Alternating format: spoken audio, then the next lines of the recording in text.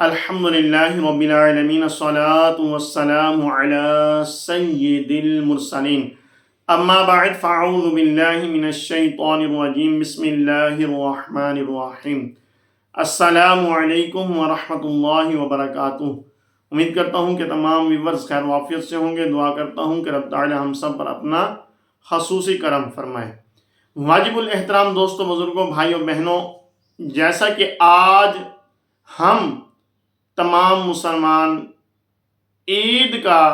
پہلا دن گزار چکے، عید الاضحیٰ کا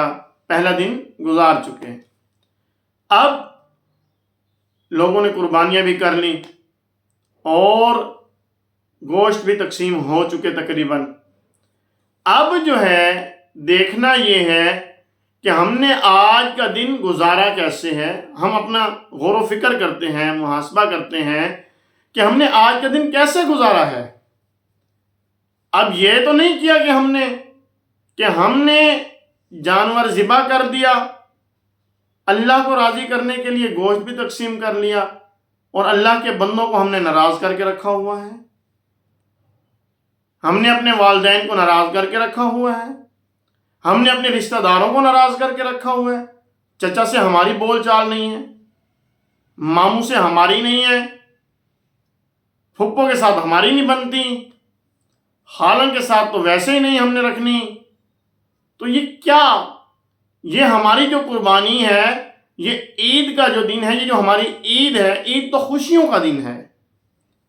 اب جب عید خوشی کا دن ہے تو یہ کیسے خوشی منائی جا رہی ہے کہ جب ہم اپنے رشتہ داروں کو ہی ناراض کر کے بیٹھے ہوئے ہیں؟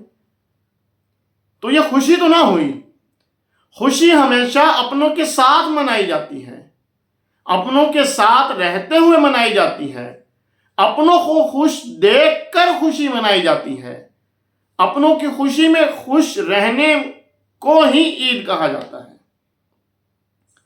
اب ہم نے جو ہے اللہ کی راہ میں جانور قربان کر دیا، ہم بڑے اپنے آپ کو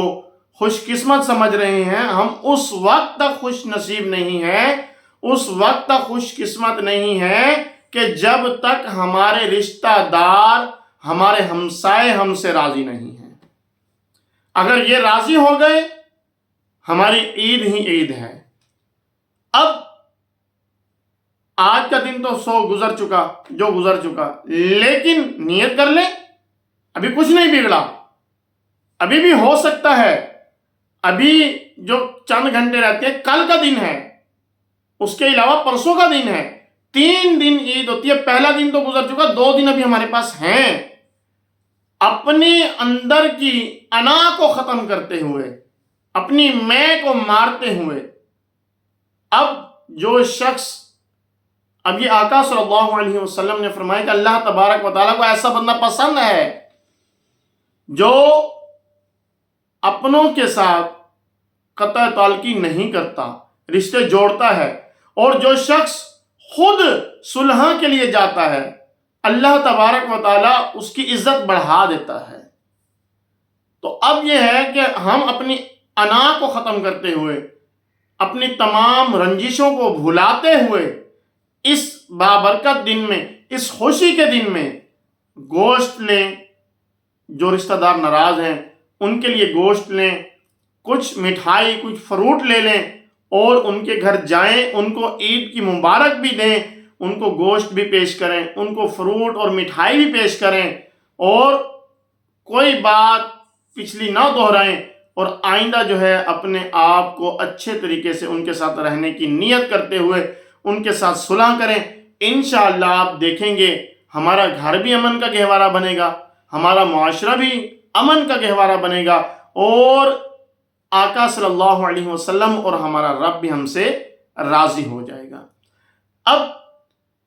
وہ لوگ بھی غور کریں، اب عید کا دن تو ایک گزر چکا،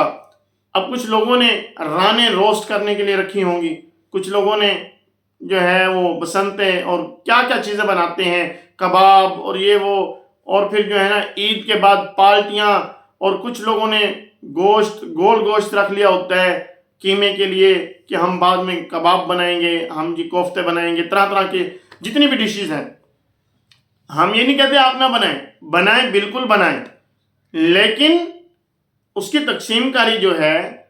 اب 3 حصوں میں ہم نے گوشت کو تقسیم کرنا ہوتا ہے، تو ایک ایک چیز کی سب چیزوں کو 3 حصوں میں تقسیم کر کے اس میں سے اپنا حصہ لے لیں،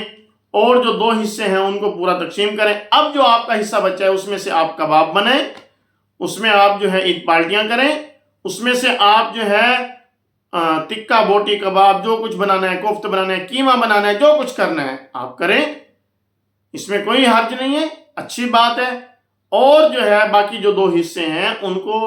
پہلا ایک جو حصہ ہے وہ رشتہ داروں میں تقسیم کریں، اور جو دوسرا حصہ ہے وہ غرباء تک۔ اب یہ دیکھیں، میں آپ سے گزارش کرتا ہوں، اور اس کو ذرا توجہ سے دیکھیں، اس بات کو اگر ہم غور کریں کہ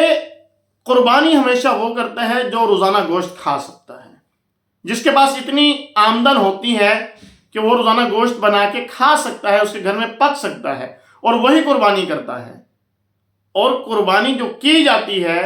اس کا مین مقصد یہ ہے کہ جو اللہ کے ایسے بندے جو ہیں، جو غریب ہیں، جن تک گوشت نہیں پہنچتا، جو پورا سال گوشت نہیں کھا سکتے،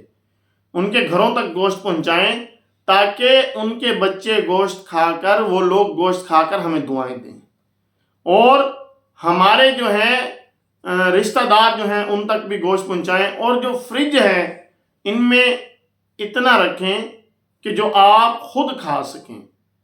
اور عید کے بعد گوشت پھر ملنا ہے، اور آپ لوگ کھا سکتے ہیں، کھا لیں گے۔ پورا جانور اگر آپ رکھیں تو رکھ سکتے ہیں، اس میں حرج کوئی نہیں ہے، قربانی کا جانور آپ پورا رکھ سکتے ہیں، لیکن یہ بھی اجر و ثواب۔ اب